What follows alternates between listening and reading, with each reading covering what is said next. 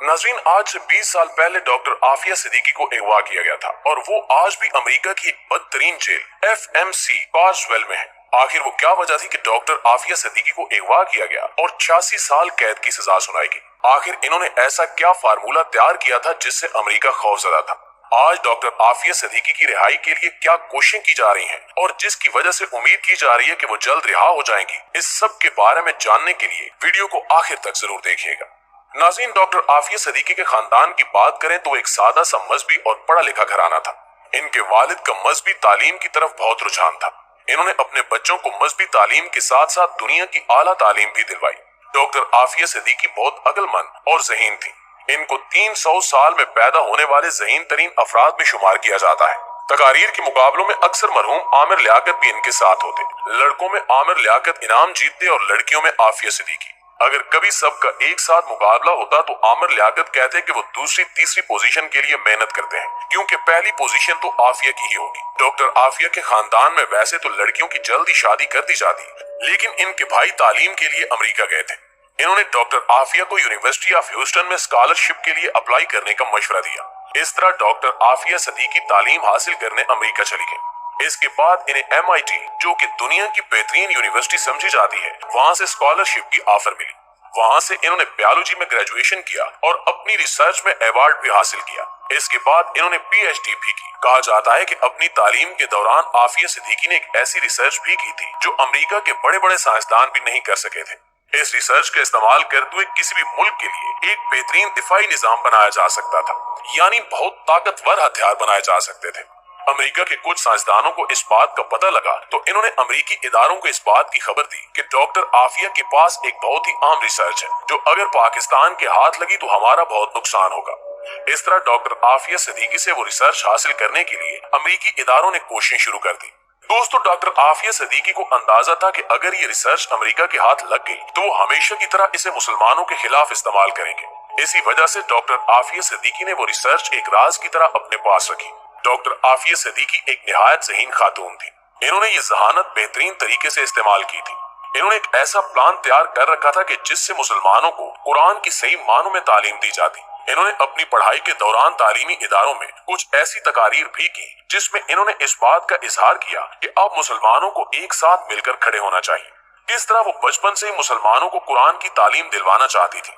इनका प्लान था कि बच्चे कुरान पर फोकस करते हुए दुनियावी तालीम भी कुरान के जरिए ही हासिल करें।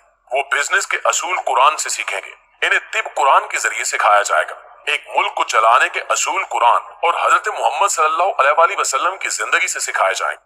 नाज़रीन, 1995 में डॉक्टर आफिया सिद्दीकी की शादी अमजद खान से हो गई और 1996 में इनका पहला बेटा अहमद पैदा हुआ। इनकी शादीशुदा जिंदगी खुशगवार नहीं थी। डॉक्टर आफिया की बहन डॉक्टर फौजिया कहती हैं कि एक दफा वो इनके घर इनसे मिलने गई तो आफिया के चेहरे पर जख्म थे। इन्हें स्टिचेस की जरूरत थी। इनके बेटे ने बताया कि अब्बू ने अम्मी को मारा है।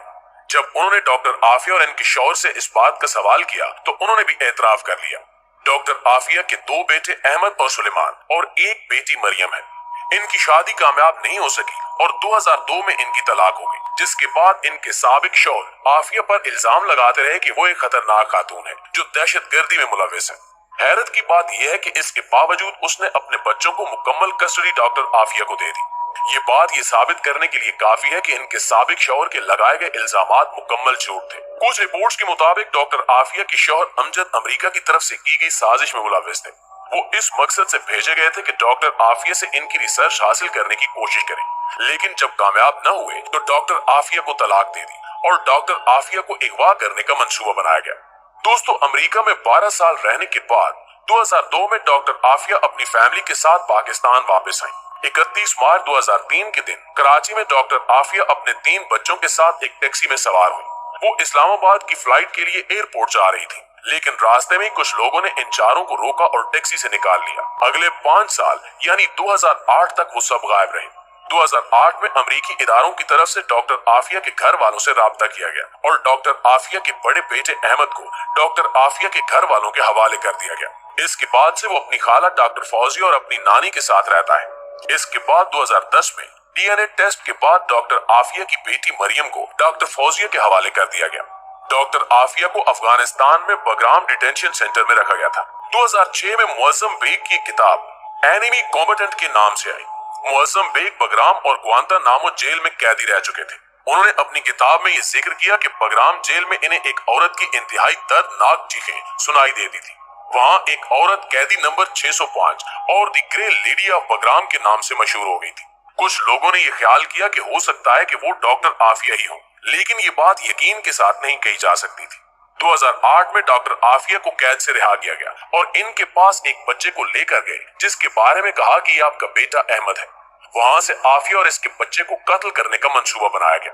यहाँ से कहानी के दो रुख शुरू होते हैं।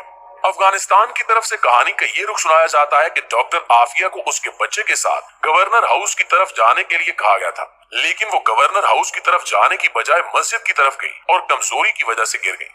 जबकि दूसरी तरफ अमेरिका की तरफ से ये बयान दिया जाता है कि इनके फौजियों के पास ये खबर थी कि एक दहशतगर्द औरत आएगी जो देखने में बहुत कमजोर लगेगी लेकिन बहुत खतरनाक है। इसके साथ एक बच्चा भी होगा। हुक्म दिया गया था कि जैसे ही उस औरत को देखो फौरन उसे कत्ल कर दो। तो उन्होंने इनको देखते ही शूट कर दिया और कत्ल कर दिया गया। ये एक झूठी खबर थी जो यकीनन इनके घर वालों और पाकिस्तानी कौम के लिए बहुत तकलीफ दे रही।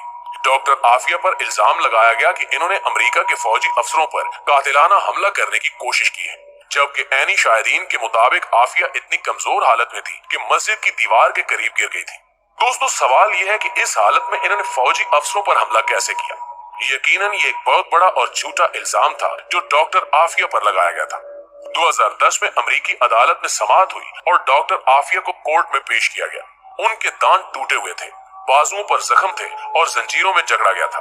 वहाँ इनके भाई भी मौजूद थे, लेकिन इन्हें डॉक्टर आफिया से मिलने की इजाजत भी नहीं दी गई। इस पेशी के दौरान तमाम सबूत डॉक्टर आफिया के हक में थे। मेडिकल रिपोर्ट्स गवाह थी कि इन पर किस कदर तशद्दुद किया गया, लेकिन इस सब के बावजूद डॉक्टर आफिया को 86 साल की कैद की सजा सुना दी गई। आज डॉक्टर आफिया अमेरिका की FMC कॉसवेल जेल में है, जिसे जहन्नुम के गढ़ से तशबीह दी जाती है। ये जेल बाहर की दुनिया से मुकम्मल तौर पर कटी हुई है। वहाँ इन पर जिस्मानी तशद्दुद, जिनसी ज्यादती और हर तरह का जुल्म किया जाता है। इनके लिए भेजे गए खत भी वापस कर दिए जाते हैं। डॉक्टर आफिया की बहन डॉक्टर फौजिया डॉक्टर आफिया की रिहाई के लिए मुसलसल कोशिश करती रही। हाल ही में डॉक्टर फौजिया और सेंटर मुश्ताक अहमद डॉक्टर आफिया से मुलाकात के लिए अमेरिका रवाना हुए। डॉक्टर आफिया के अगवा के 20 साल बाद इनकी बहन इनसे मिलने गई तो इनसे हाथ मिलाने और गले मिलने की इजाजत भी नहीं थी। कमरे के एक हिस्से में कौम की बेटी डॉक्टर आफिया थी और दूसरी तरफ डॉक्टर फौजिया, सेंटर मुश्ताक अहमद और इनके वकील।